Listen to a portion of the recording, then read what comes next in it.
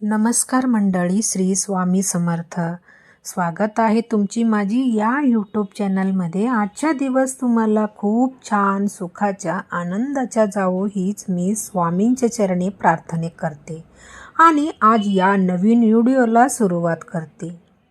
जीवंतिका या शब्दाचा अपभ्रंश जीवती. जीवंतिकेचा अर्थ होतो दीर्घ आयु प्रदान करणारी. बालकांच्या दीर्घ आयुष्या कामना करून या देवीच्या पूजा करतात. ही देवी पाळण्यात व आजूबाजूला बालकांच्या खेळवत असलेली रूपात दाखवतात. श्रावणाच्या पहिली दिवशी महाराष्ट्रामध्ये जवळजवळ प्रत्येकाच्या घरी एक कागद भिंतीला चिटकला जातात. त्याला नागपंचमी कागद, जीवंतीचे कागद किंवा वेगवेगळ्या नावाने ओळखला जातं. पूजा साहित्याच्या दुकानामध्ये अगदी 10 रुपयात तुम्हाला हा कागद मिळतो. तर या कागदाच्या श्रावणमधले जेवढी शुक्रवारी येतात तेवढा शुक्रवारची पूजा केला जातं. मुलांच्या सुखासाठी, मुलांच्या प्रगतीसाठी आणि सर्वात महत्त्वाच्या म्हणजे मुलांच्या संरक्षणासाठी जे कागद आपण भिंतीला चिटकवत असतं त्यावर वेगवेगळ्या प्रतिमा तुम्हाला बघायला मिळतात. ज्या प्रतिमाचा सुद्धा एक क्रम आहे आणि तुम्ही दीर्घ वर्षानुवर्ष बघा त्या कागदावरला त्या प्रतिमेचा क्रम कधीच तुम्हाला बदलताना बघायला मिळणार नाही. आणि त्याची सुद्धा एक वैशिष्ट्य आहे. त्या कागदावर जी प्रथम देवता असती ती रक्षक देवता आहे. नंतर जन्मलेली बालकांच्या रक्षण व दीर्घ आयुष्य देणारी देवता आणि नंतर व्यक्तिमत्व प्रभावित करणारी ग्रहदेवता हा असा जीवती प्रतिमेचा क्रम आहे. एक माती मृतशक्तीने दुसऱ्या रक्षक व पालक शक्तीच्या केलेली पूजन म्हणजे जीवती पूजन. जगातील सर्व प्राणी मंत्राच्या उज्ज्वल भविष्याच्या रक्षणाची प्रथम म्हणजे जिवंती पूजा. जिवंती पूजन तुम्ही श्रावणातली प्रत्येक शुक्रवारी दिवसभरामध्ये तुम्हाला जेव्हा शक्य आहे तेव्हा करू शकता. पण जर सकाळी जिवंती पूजा केली तर अतिशय उत्तम आहे. काही कारणाने जसं की मासिक पाळी असेल, सूतक असेल किंवा अजून काही प्रॉब्लेम असेल, मेडिकल कुठलेही प्रॉब्लेम असेल ज्यामुळे तुम्ही जिवंती पूजा श्रावण शुक्रवारी करू शकत नसेल तर या दिवशी आवर्जून तुम्हाला वेळानुसार दिवसभरामध्ये जिवंतीच्या कथा नक्की ऐका. जी आपल्या चॅनलवर आपल्याला कुठेही यूट्यूब चॅनलवर तुम्हाला भेटेल ते तुम्ही जिवंतीच्या कथा नक्की ऐकायची आहे. आणि हे जिवंतीचं पूजन झाल्यानंतर ना जिवंतीच्या आरती सुद्धा करायची असतं. तर ती आरती सुद्धा मी तुम्हाला यूट्यूब चॅनलमध्ये तुम्हाला दिसतं. ते तुम्ही करू शकता. तुम्हाला येत नसलं तर तुम्ही करू शकता. ज्यामध्ये म्युझिक नाही, ज्यामध्ये नाही त्यामुळे अगदी कंटाळवण असं नाही. 1 ते 2 मिनिटाच्या आरती आहे. जिवंती पूजन झाल्यानंतर नैवेद्य दाखवायच्या, जिवंतीच्या आरती करायची आणि यानंतर जिवंतीच्या कथा ऐकावी म्हणजे आपल्या व्रत पूर्ण होत असतो. श्रावण शुक्रवारी जिवंती पूजा बरोबरच मुलांच्या ओवाळण्याची सुद्धा प्रथा आहे. दिवसभरामध्ये तुम्ही पूजा कधीही करा पण मुलांच्या संध्याकाळी प्रदोष काळामध्ये सूर्य मुळण्यानंतर दिवे लावण्याच्या वेळी ओवाळायची असतं.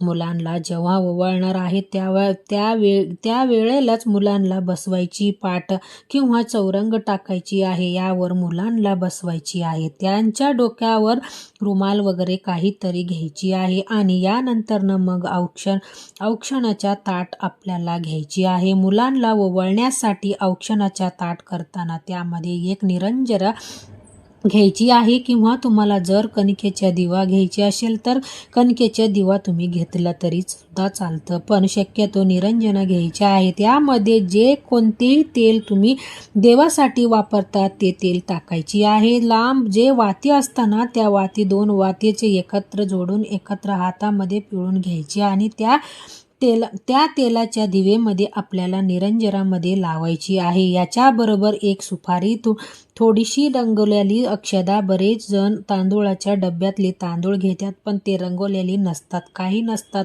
तसेच घेतात. पण असं नाही, अक्षदा हा रंगवलेली असावेत असतात.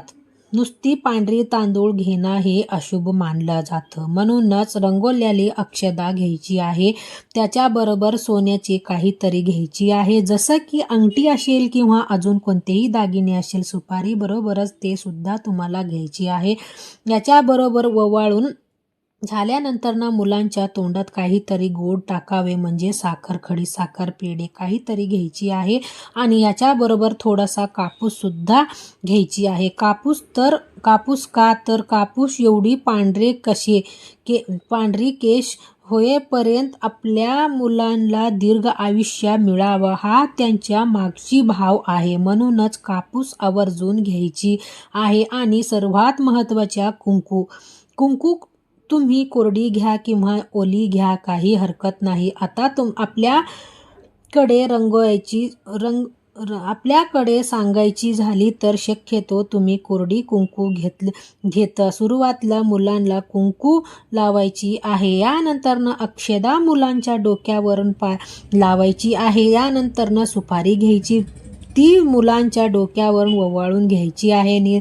त्यानंतर सोना घ्यायच्या, त्या मुलांना डोक्यावरून ओवाळून घ्यायचे आहे. असं तर कापूस मुलांच्या डोक्यावरून ठेवून त्यानंतर आपल्याला ओवाळायची आहे. आणि ओवाळायची उगीच असं की 2 वेळा दूरून ओवाळायची असं नाही करायची. मुलांच्या चेहऱ्याभोवती ओवाळायची, जेणेकरून त्या दिव्यांच्या तेज जे आहे ते अगदी मुलांच्या गोल असा ओवाळून, म्हणजे जे दीपापासून तुझ्या आयुष्यात तेजस्वी होऊ दे, या दीपापासून प्रकाश मन तुझी उज्ज्वल भविष्य असू दे, असा म्हणून कमीत कम 5 वेळी तरी अगदी व्यवस्थित सुद्धा अंतःकरणाने प्रसन्नतेच्या मुलांना ओवाळायची आहे. आणि यानंतर मग जे काही तुम्ही गोड ठेवलेली असेल तामांमध्ये ते मुलांना खाऊ घालायची आहे. आणि मग मुलांना घरातली जे काही आपल्या मोठी मंडळी असतील त्यांचे पाय पडायला लावायची आहे.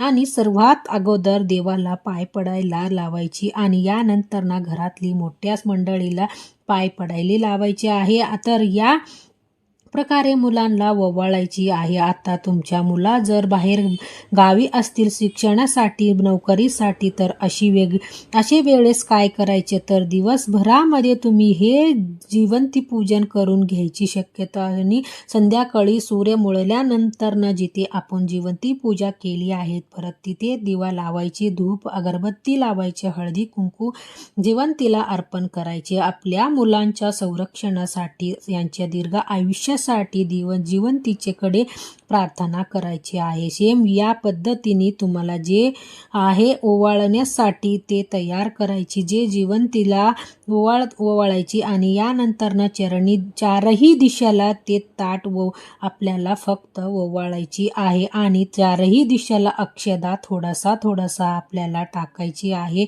म्हणजे सुरुवातीला समजा तुम्ही जिथे जिवंतीच्या पूजा केली आहे त्या दिशेला ओवाळायची अगोदर आणि थोडासा अक्षदा परत लेफ्ट साईडला, परत राईट साईडला, परत बॅक साईडला, त्याप्रमाणे चारही साईडला ओवाळून थोडासा अक्षदा टाकायची. कारण या जिवंतीच्या कथ्यामध्ये आहे की तिला माहिती नव्हतं की तिचा मुलगा कुठं आहे, काय आहे, पण ती चारही दिशेला अक्षदा टाकायची जिवंतीच्या पूजन करून. आणि त्या अक्षदा तिच्या मुलांच्या, म्हणजे ज्या राजकुमारांच्या डोक्यावरून पडायची, असा पौराणिक कथेमध्ये आहे. ती कथा मी अपलोड केलेली आहे चॅनलवर, तुम्ही बघू शकता. खूप छान कथा आहे. यामुळे मग आपल्या मुलगा जिथे कुठे असेल त्यांची डोक्यावर आणि अक्षदा टाकते असा भाव म्हणून चारही कोणत्याही दिशेला ओवाळून आपल्याला अक्षदा टाकायची आहे.